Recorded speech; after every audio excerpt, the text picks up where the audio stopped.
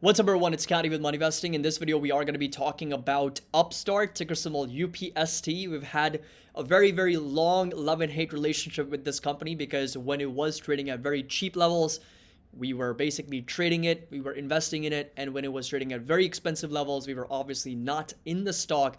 And we have traded options, we have swing traded this stock multiple times, and now obviously it's been on one of the most significant rallies, up over 200-300% from its lows from earlier this year. Year to date, massive gains, lots of short squeezes. So I figured I'll do an update on this video on this stock because they are going to be reporting earnings next week. So hope you guys enjoy this video, find it helpful. If you do, make sure that you drop a like. Don't forget to subscribe to the channel. Link to our Discord, Patreon is going to be down below. Our educational courses links are also going to be down below. Now we have the fundamental analysis, technical analysis, options course, everything you need to know.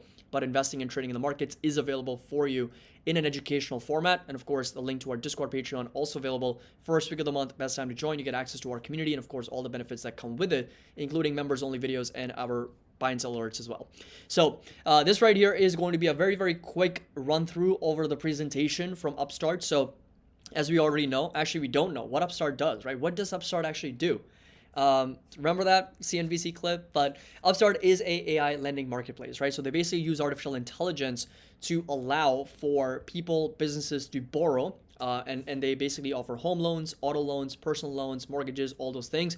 And they've got a different way to calculate the risk for the borrowers, right? So they've pretty much, the AI is handling all of that. And they've got a lot of partnerships with dealerships, banks, you name it, right? So 2.6 million plus customers, $32 billion in originations, and over 99 banks that they are partnered with, 99 banks, credit unions who leverage Upstart's AI, artificial intelligence models, cloud applications to deliver superior credit products, right? That's what they really do.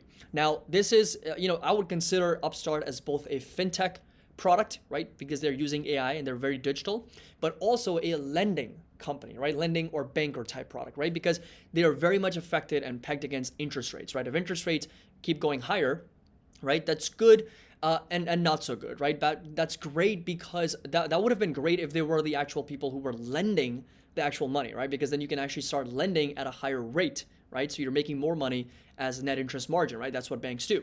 But since they are not the ones that are actually lending, the actual physical lending, I think some of it they do, but most of it is just connecting with the right banks, right credit unions, right dealers to finance all these deals.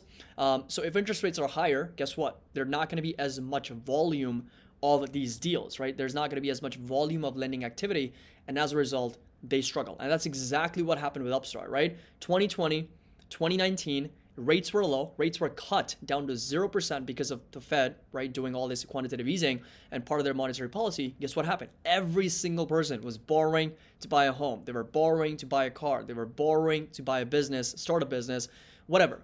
Upstart's loan volume and loan book absolutely exploded, and they literally just went from like couple dollars, like not even a couple dollars, like $20-$25, like that's when it was trading at like December 2020, all the way up to over $400. That's a 1,700% increase because at the time, and we specifically talked about it, and I remember trading Upstart at around here, $112. Obviously, I was way late to the party, but I remember talking about this during our live stream. We were building our position in the 112s, and I remember very carefully getting out of it in the 300s. That was over a 200%, 300% gainer for us, one of the biggest gainers in a very short period of time for me personally, but we had obviously made a lot of money. And then I specifically did a video going over how you need to avoid this stock at all costs because the valuation was just way out of whack and it did not deserve a $400 price tag at the time. And well, guess what? Obviously, when interest rates started going higher and we saw the economy have to deal with higher inflation, the Federal Reserve, doing a lot of quantitative tightening, it was the quite opposite. And that's when the earnings and the revenue started to slow down because of the lower volumes of this lending product, right? And that's when Upstart pretty much collapsed over 97%. In only the stock market, an asset can go from being up 1,800%, going up 18 times, and then being down 97%, pretty much practically losing all of its value, right? Trading as low as $10. But more recently though, in a very short period of time, like I said in my previous videos, Upstart is the most volatile stock out there. Year to date, it's up over 347% again. It's up from $12, up 500% from those levels, up to $72. I think a lot of it has to do with some short squeezes because Upstart was also one of the most shorted stocks in the market. You've seen the volume tick up here. So again, for the selling part, the volume was really low, but more recently you can see as the stocks moved higher, we have once again kind of seen a lot of volume and we are hitting up that resistance at $72. We'll get to the technicals in just a minute, but that's the entire story of Upstart. Now the future is going to be a very normalized future. I think with the rates staying where they are and then eventually coming down in 2024, I think that's when we can start to see some lending activity pick up, some volumes once again come back in for Upstart, and that will benefit the company over the long term as well. So again, you can see the revenues declining 67%, the company generating losses. I mean, 2020, they were generating huge profits, 1,000% increase in revenue, over 500% increase in earnings like that. Those were the type of numbers that Upstart was posting, right? Those days are long gone because lower interest rates are not going to happen anytime soon unless, of course, the economy enters a deep recession and then interest rates are getting cut down to 0% again. But in the near term, I don't think that's going to happen. So the company, again, reporting net losses, negative EBITDA. We do still have a pretty significant addressable market when it comes to home loans, auto loans, personal loans, small business loans, HELOCs, all those things that I mentioned earlier. But as you can already see, the numbers were not that great. Year-over-year declines, not to mention declines in margins, contribution margins, of course, negative EBITDA, negative losses. Balance sheet, you can see the significant reduction in balance sheet, right? Cash and cash equivalents has gone from $1 billion down to $451 million, right? So that's pretty much over a 60% drop in cash balance, and liabilities have pretty much remained the same. They've gone from like 1.1 billion down to just up to 1.2 billion. So liabilities have stayed the same, if not increased. Cash balance has gone down 60%. And of course, not to mention the revenue declines and in terms of year-over-year growth, and of course, negative earnings and operating profits and all those things. But of course, this right here is the guidance.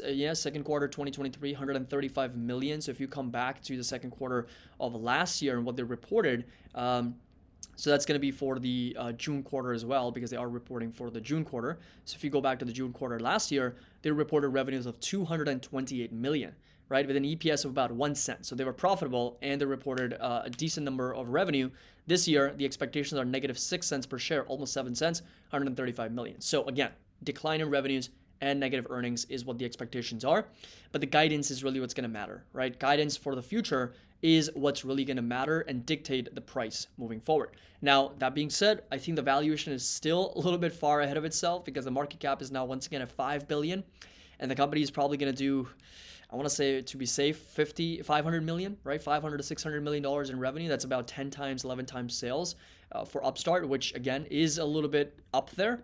It's not the most expensive valuation, but it's definitely certainly not what I would be paying for a business.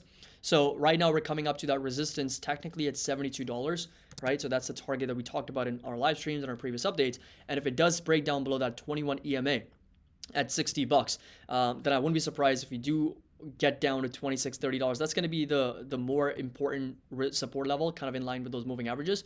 But there's going to be another support potentially to watch at $38, right? So previous resistance, in my opinion, that will most certainly start acting as a very strong support in case we break down below that 21 EMA after the earnings, below $57. That's going to be that next support level to watch. But very, very volatile, a very aggressive stock. It's got probably one of the highest betas out there because it moves so aggressively. It's heavily shorted as well. So just be careful.